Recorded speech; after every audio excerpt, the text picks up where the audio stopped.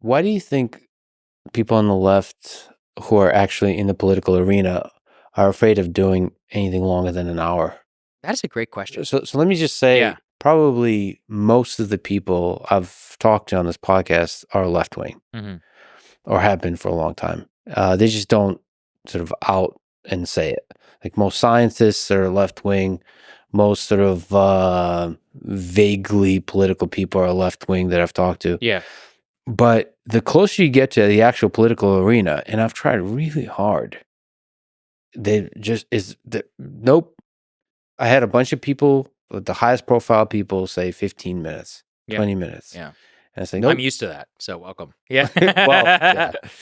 I just can't, like, I can't imagine a conversation with Kamala or with Joe Biden or AOC Obama that's of any quality at all, of any that shows any kind of humanity of the person, the genius of the person, the interesting nuance of the person in like 30 minutes. Like I can't, like, I don't know, maybe there's people that are extremely skilled that can do that. You just can't. You should be optimistic because a huge narrative out of this election is that the Democrats massively fucked up by not coming on this show or on Rogan's show. So I actually fundamentally, number one, that's going to change dramatically. So be optimistic and keep pushing. But two is, this is a good segue actually, is I've been thinking a lot about, I know a lot of people listen to this show who are in tech and may have some influence on the admin. So this is kind of, this is something I want people to take really seriously. Is I was a White House correspondent for the Daily Caller. It's a conservative outlet in Washington during the Trump years. And the most important thing I learned from that was that under the White House Correspondents Association, the way that the media cartel has everything set up for access for press to the president is fundamentally broken, anti-American, and bad for actual democracy. So let me lay this out at a very mechanical level because nobody knows this. And I was a former White House Correspondents Association member, so anybody who says I'm full of shit, I was there. For example, number one, all the seats in the briefing room. Those seats are assigned by the White House Correspondents Association, not by the White House itself. The White House Correspondents Association requires you to apply for a seat, right? That adjudication process can take literally years for bylaws, elections, and all these things to do. This means that they can slow roll the entrance of new media, online outlets who are allowed into the room. The reason it really matters not having a seat is if you don't have a seat, you have to get there early and stand in the wings like I used to and raise your hand like this and just hope and pray that the press secretary can see. It's extremely inconvenient. I'm talking, I have to get there hours early at a chance during a 15-minute briefing. So one of the things is that Trump has is he owes a huge part of his election to coming on podcasts and to new media. Now, because of that, it's really important that the White House Correspondents Association, which is a literal guild cartel that keeps people out of the White House and credentials itself and creates this opaque mechanism through which they control access, to asking the press secretary questions, is destroyed. And there are a lot of different ways you can do this because what nobody gets too is that all of these rules are unofficial. So for example, they're just traditions. The White House is like, yeah, it's our building, but you guys figure it out, right? Because that's a long-standing tradition. Let me give you another insane tradition that currently exists in the White House. The Associated Press, the White Press Secretary, or the Associated Press correspondent, gets to start the briefing traditionally. They get the first question. They also get to end the briefing. When they think it's been enough time, they'll be like, okay, Corinne Jean-Pierre, thank you, right? And that calls the briefing over. What? Who? You're not even the White House Correspondents Association. You literally just happen to work for the Associated Press. Why? Like, why do we allow that to happen? So number one, stop doing that. To their credit, the Trump people didn't really do that, but it's a longstanding tradition. The other thing is that what nobody gets either is that the first row is all television networks for logistical reasons, so that they can do their little stand-ups with their mic and say, I'm reporting live for the White House. Well, what people don't seem to know is that all the television networks are basically going to ask some version of the same question. The reason they do that is because they need a clip of their correspondent going after the White House press secretary about Robert Mueller, like whenever I was there. So you get the same goddamn version of the stupid political questions over and over again.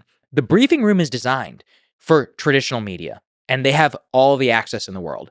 So in an election where you owe your victory to, at least in part, to new media and recognizing the changing landscape, you need to change the conduit of information to the American people. And in an election, I don't know if you saw this, but election night coverage on cable news was down 25%. Just in 4 years, 25%. That's astounding. That's cable news had a monopoly on election night for my entire lifetime. And yet my show had record ratings that night. And I'm a small slice of the puzzle here. We've got Candace Owens, Patrick Bet-David, Tim Pool, David Pakman, TYT, all these other people. From what I understand, all of us blew it out that night because millions of Americans watched it on YouTube. We even partnered with some Decision Desk HQ. So we had live data. We could make state calls. And we're just a silly little YouTube show.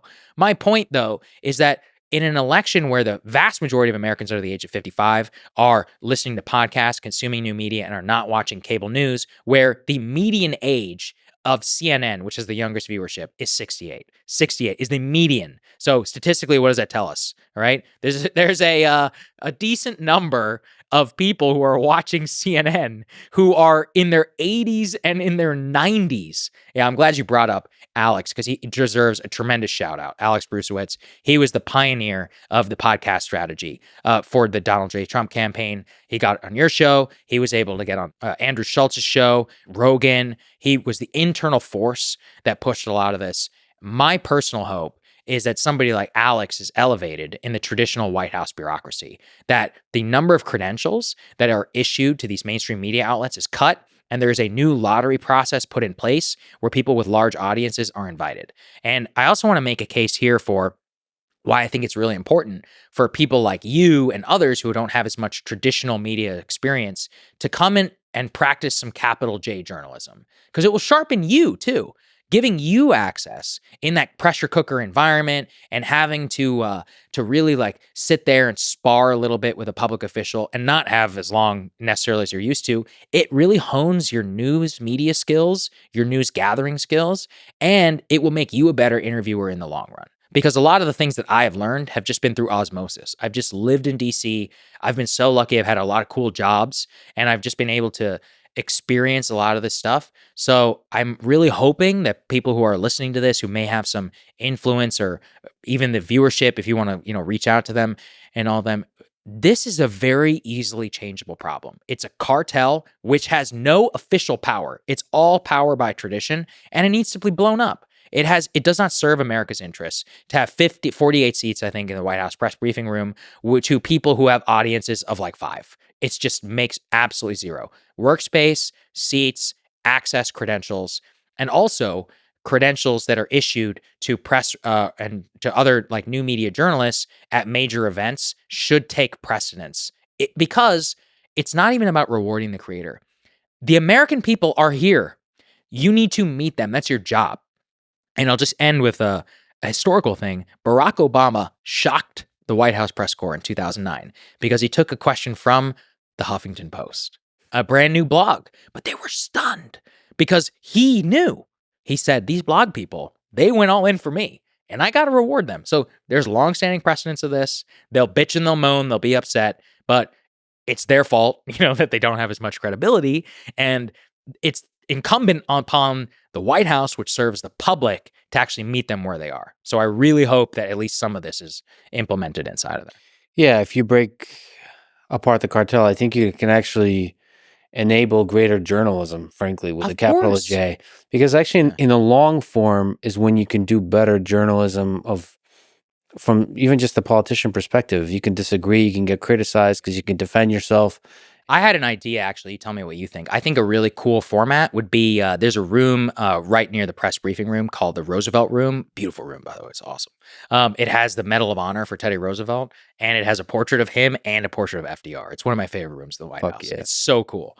And so my idea would be in the Roosevelt Room, which is traditionally used for press briefings and stuff, is like you, as the press secretary, sit there. I think there's like 12 seats, something like that. And you set it all up and you have, let's say, Shure microphones like this. And that person, that secretary, is going to commit to being there for like 2 hours. and new media people like can sit around the room. All of this being streamed live, by the way, just like the White House press briefing room. But the expectation is that the type of questions have to be substantive. Obviously, nothing is off limits. You should never ever, accept I'm not going to ask about this. Especially as a journalist, you can't do that. Every time they're like, "Hey, please don't ask about this," it's like, actually, that's probably the one thing you should ask about. But my point being that the expectation is that there's no interference on the White House side, but that the format itself will lend exactly to what you're saying to allow people to explain. And again, in a media era where we need to trust the consumer, like my show is routinely over 2 hours long on cable television. The Tucker Carlson program, whenever it was on Fox News, without commercial breaks, was about 42, 43 minutes, something like that of runtime. So I'm speaking for almost triple what that is on a regular basis. The point is that millions are willing to sit and to listen, but you just have to meet them where they are. So I would really hope that a format like that, like a streamer briefing or something like that, I think it's, look, I know they would dunk on it endlessly, but I think it could work. Yeah, I think the incentives are different. I think it works because you don't have to, like you, Saga, don't have to signal to the other journalists that you're part of the clique. Oh, I'm so glad you brought that up because that was another lesson I learned. I go, oh, none of you are asking important questions for the people. You're asking questions because you all hang out with each other. And you're like, oh, wait, so this entire thing is a self-reinforcing guild to impress each other at cocktail parties and not to actually ask anything interesting. I remember people were so mad at me because this was 2018 or maybe 2017. And I said, do you think that Kim Jong-un is sincere in his willingness to meet with you? Something like that, to that effect. They were furious because I didn't ask about some bullshit political controversy that was happening at the time. Mm-hmm. So in the historical legacy, what was more important? The Mueller question or Donald Trump breaking 50 years or whatever of tradition with America's relationship with North Korea and meeting him in Singapore and basically resetting that relationship for all time? As you can tell, I read a lot of books. I like to take the long view. Every time I would ask a question, I go, okay, when the future Robert Caro is writing books and he's reading the transcript of the White House press briefing, he doesn't even know who this kid is. He goes, oh, that was a pretty good question right there. That's pretty relevant. You got to think about all the bullshit that gets left on the cutting room floor. I love that view of journalism. Actually, the goal is to end up as one line in a history book. 50 years from now. I just want a quote of what the president said to something that I asked in a book. I would be happy. I would die happy with that. If you told me that when I'm like a 90-year-old man, I'd be like, man, that means I succeeded. When the AIs write the history of human civilization.